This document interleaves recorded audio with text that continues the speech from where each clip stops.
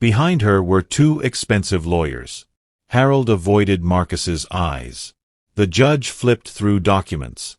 The grandparents are requesting temporary custody based on claims of financial instability, emotional distress, and unsafe housing conditions, the judge read. Aisha's heart nearly stopped. Their lawyer stood. My clients are fit parents. The children are not abused, neglected, or endangered in any way. Evelyn's lawyer stood next.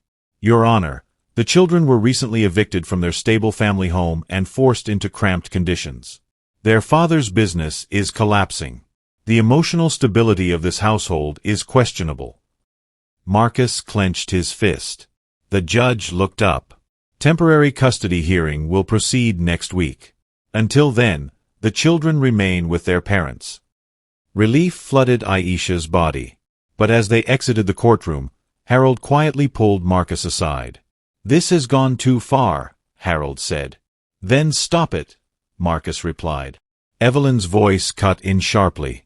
It's already beyond stopping. That night, Aisha couldn't breathe properly.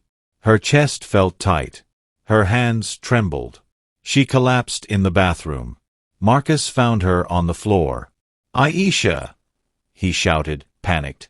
She was shaking violently. Renee rushed in with the kids crying behind her. An ambulance arrived. At the hospital, the doctor spoke gently. She's having a severe stress-induced anxiety collapse. Her body is shutting down from emotional overload. Marcus sat beside her bed, holding her hand. I did this, he whispered through tears. My family did this to you. Her eyes fluttered open weakly. Don't you dare carry that alone, she whispered back. We're in this together. From the doorway, Maya watched silently.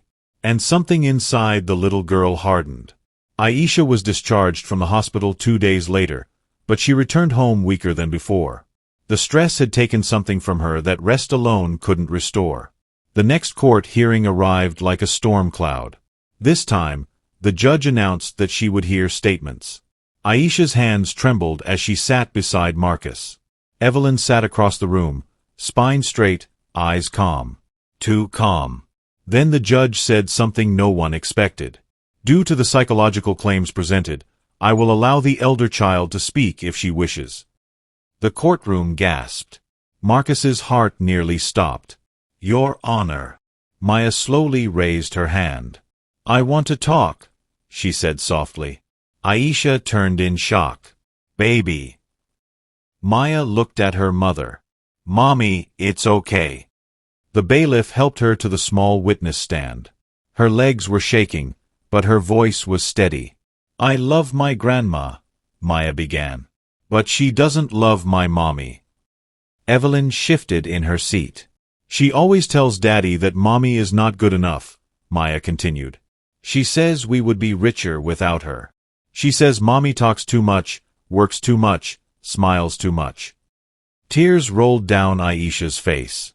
Grandma makes mommy cry when Daddy is not around, Maya said.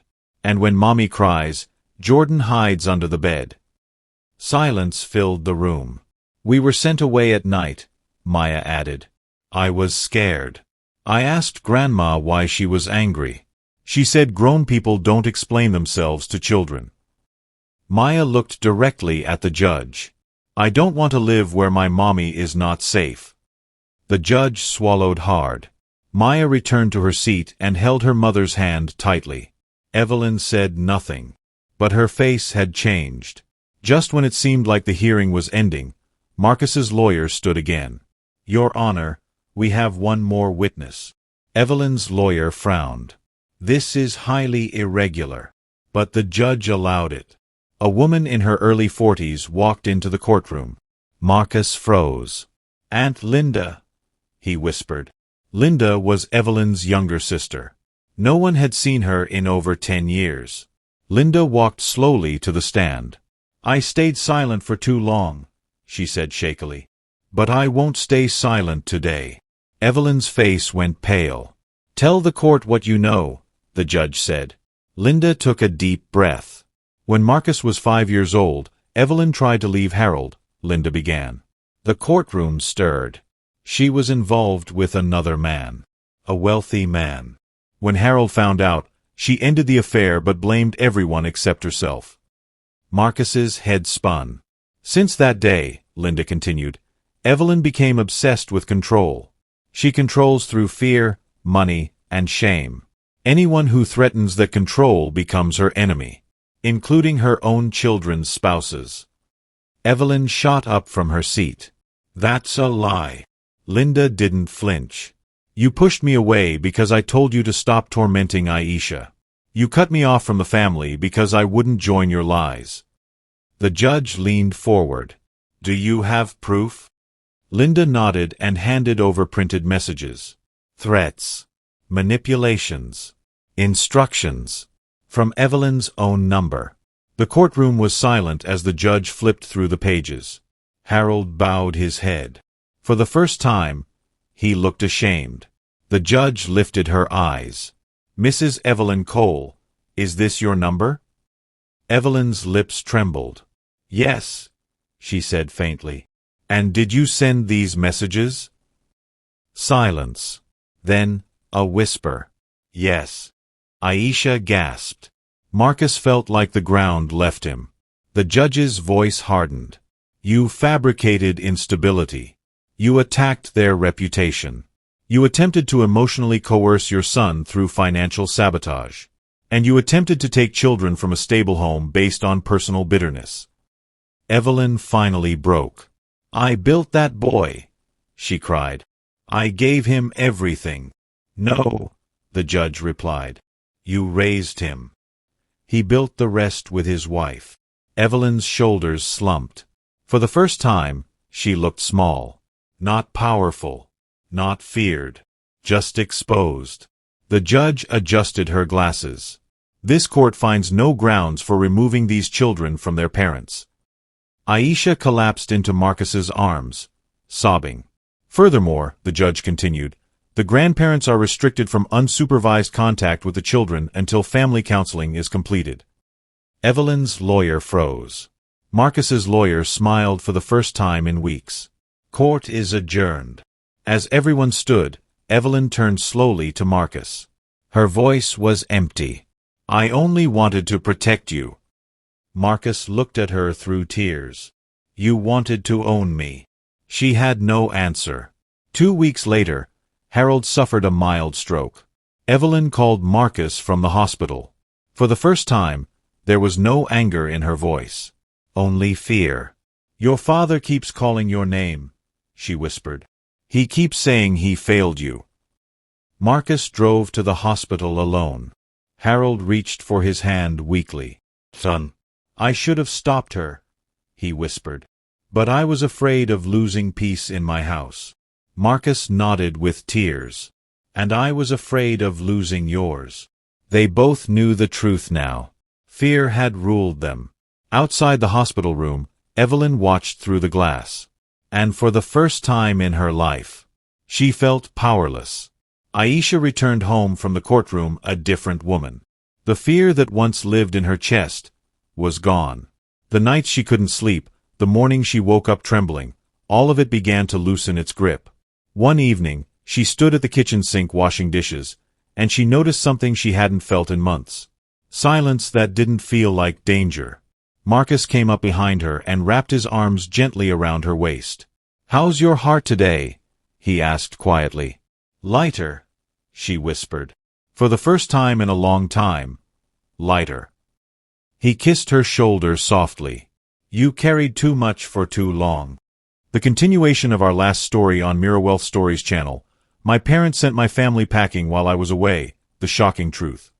Thank you for always watching our stories. Kindly subscribe, like, comment, and turn on your notification bell. Let's watch how Marcus and Aisha survived Marcus' parents' troubles. She placed her hand over his.